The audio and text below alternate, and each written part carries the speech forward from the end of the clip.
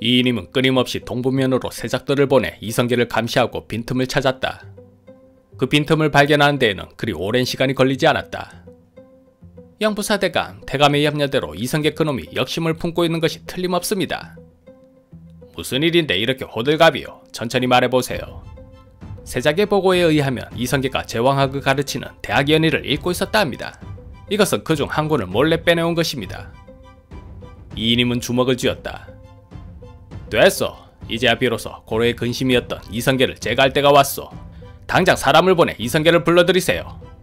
누구를 보내면 되겠습니까? 이성계를 누를 수 있는 단 한 사람. 최영 장군이요. 그자가 우리 말을 듣겠습니까? 전하의 어명이라면 어찌 듣지 않겠소. 이인임은 우왕을 알련하여 이성계를 잡아들이라는 어명을 받아냈다. 그러고는 도당회의를 소집했다.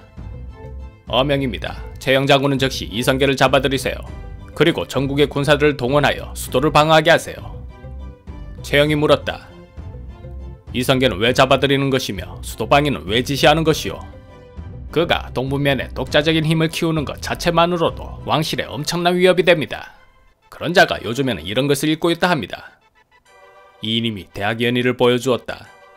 내가 누누이 얘기하지 않았습니까? 이성계는 믿을 수 없는 자라고 말이오. 단지 이것을 읽었다 하여 욕심을 품었다 단정지을 수는 없소이다. 그러니 불러들이는 것입니다. 떳떳하다면 순순히 올 것이고 오지 않는다면 역심이 틀림없습니다. 최영이 한참을 생각하더니 결심하듯 말했다. 알겠소. 내 가서 이성계를 데리고 오겠소. 최영은 병력을 이끌고 동부면으로 달려갔다. 이인임은 혹시 모를 사태를 대비하여 도성의 방어 태세를 확고히 하였다. 이성계는 깜짝 놀랐다. 장군께서 여긴 어쩐 일이십니까? 도당에서 자네의 중심을 의심하고 있네. 그 왜 오해를 일으키는 책을 읽어 이 사단을 만든 것인가? 책이라니요? 혹 대학연의를 말씀하십니까? 그렇네.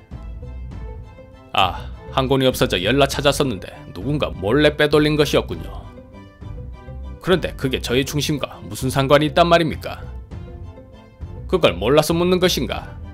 막강한 군권력을 가진 자네가 제왕학을 읽는다는 것 자체가 의심을 일으키기 충분하지 않은가?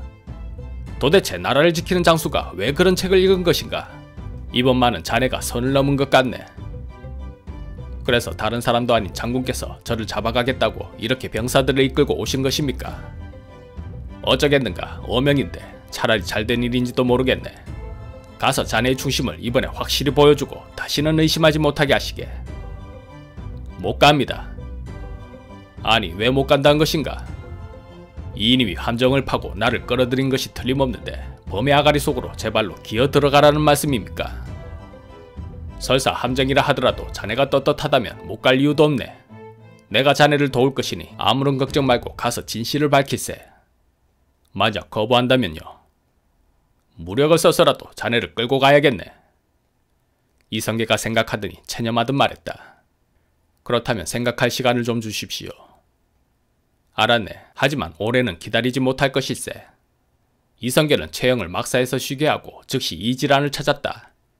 지라이, 네 가서 삼봉선생을 모시고 오너라. 그자의 말대로 지금 내가 무척 위태롭게 되었다. 나를 구해줄 사람은 삼봉선생뿐이니 속히 모시고 오너라. 알겠수다. 내 얼른 모시고 오겠음매. 정도전이 도착했을 때는 이성계의 얼굴이 걱정으로 하얗게 질려 있었다. 삼봉선생, 내 이인임의 관계로 외통수에 걸린 것 같소. 가면 죽을 것이고 가지 않으면 역도가 될 판인데 이를 어찌하면 좋겠소. 무슨 일이 있었는지 오면서 대충 들으십니다.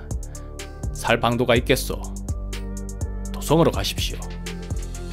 가면 이인임이 나를 그냥 두겠소. 분명 없는 죄도 만들어주기를 할 것이오. 아직은 장군의 군사가 도성을 지키는 군사를 이길 수는 없습니다. 가실 수밖에 없겠습니다. 이성계는 머리를 싸매며 괴로워하였다. 정도전이 조심스럽게 말했다. 장군께서 사실 수 있는 단 하나의 계책이 있는데 하실 수 있겠습니까? 무엇이요? 살 길이라는데 무엇이든 못하겠소. 참, 말씀드리기가 좀 그렇네요. 자존심 강한 장군이 안 하실 것 같기도 하고.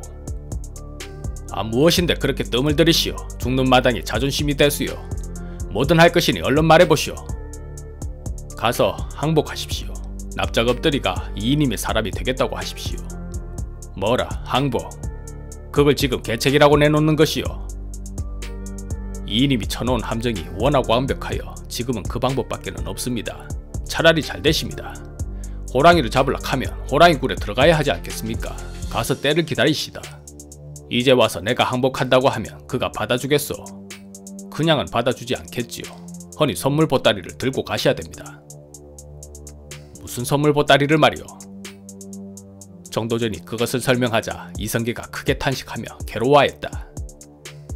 한편 최영은 아무리 기다려도 소식이 없자 조바심이 일었다. 이성계를 찾아가 말하기를 무슨 생각을 이렇게 오래 한단 말인가? 늦을수록 자네에 대한 의심만 커질 것일세. 기다리게 해서 죄송합니다. 도성으로 가기로 결심했으니 장군께서는 걱정하지 마십시오. 최영의 얼굴이 금세 밝아졌다. 그래, 그래야지. 한 번은 넘어야 할 산이지 않았던가. 이참에 가서 모든 의혹을 풀어버리세. 내가 적극 자네를 도울 것일세. 이성계는 도성으로 향했다. 개경에 도착하자마자 그는 이인임과의 만남을 청하였다. 아직은 죄인이 아니니 포박하지는 않을 것이나 장군의 대답에 따라 처우는 달라질 것이요. 그래, 대학 연의를 읽은 이유는 무엇이요? 저 같은 무식한 사람이 무엇을 알겠습니까? 무슨 내용인지도 모르고 심심풀이로 읽은 책인데 일이 이 지경까지 올 줄 상상이나 했겠습니까? 무슨 내용인지도 모르고 읽었다. 내가 그 말을 믿을 수 있을 거라 보시오. 믿기 어려우시겠지만 그것이 사실입니다. 소장은 정말 모르고 읽었습니다. 하옵고 오늘 대감을 찾아뵌 것은 청이 하나 있어 왔습니다. 이 상황에 내게 청이라니 어이가 없네요. 그래, 무슨 청인지 이야기나 들어봅시다. 소장은 동부면에 적지 않은 가별초를 거닐고 있습니다. 그것 때문에 쓸데없는 오해를 사고 있는 것이요. 그래서요. 소장은 오래전부터 대감을 마음속으로 존경하고 있었습니다.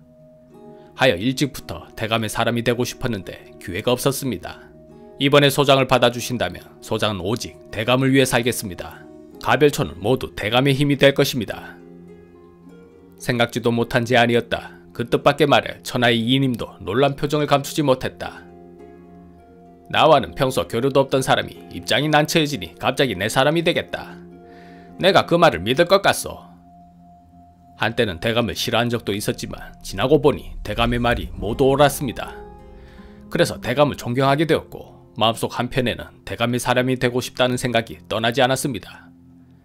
대감은 누구도 따를 수 없는 지략을 가지고 있고 소장은 최강의 군대를 가지고 있습니다. 대감의 머리와 소장의 힘이 합해진다면 이 나라 고려를 최강의 나라로 만들 수 있지 않겠습니까? 이인임은 한 번도 이성계가 자신의 편에 섰을 경우를 생각해보지 않았다. 하지만 누구보다 계산이 빠른 사람이었다. 그를 얻는다면 전보다 훨씬 강력한 힘을 움켜쥘 수 있었다. 그럴듯한 말이지만 내가 장군의 무엇을 믿고 내 사람으로 드리겠소? 소장의 진심을 확인시켜드릴 방법이 있습니다. 그 방법이 무엇이요? 혼인합시다. 혼인이라니.